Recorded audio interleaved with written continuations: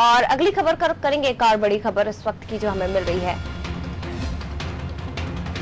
भोपाल से पूर्व मंत्री डॉक्टर गोविंद सिंह ने बीजेपी पर निशाना साधा है। पूर्व मंत्री डॉक्टर गोविंद सिंह ने बीजेपी सदस्यता अभियान को लेकर निशाना साधा और डॉक्टर गोविंद सिंह ने इस सदस्यता अभियान को नकली बताया है। ये खबर आपको भोपाल से इस वक्त बता रहे हैं। 3 दिवसीय सदस्यता अभियान जिसको लेकर डॉक्टर गोविंद सिंह ने पूर्व मंत्री जिन्होंने इस पर निशाना साधा और इसे नकली करार दिया है।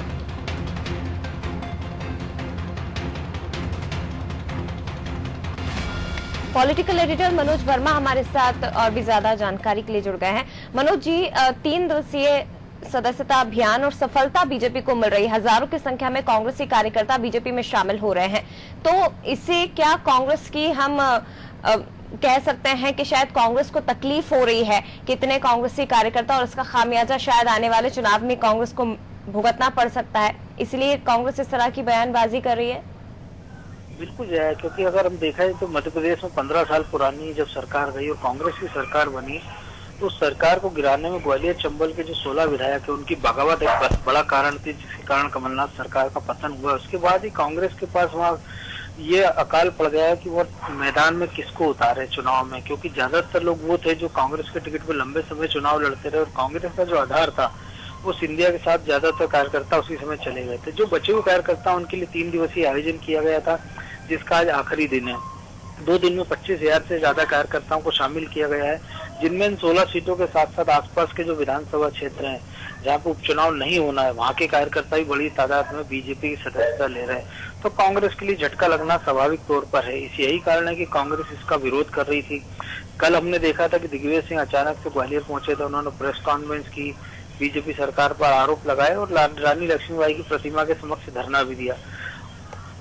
कल ही जो सिंधिया ने भाषण में कहा था कि मैं शिवराज जी के लिए तारीफ की।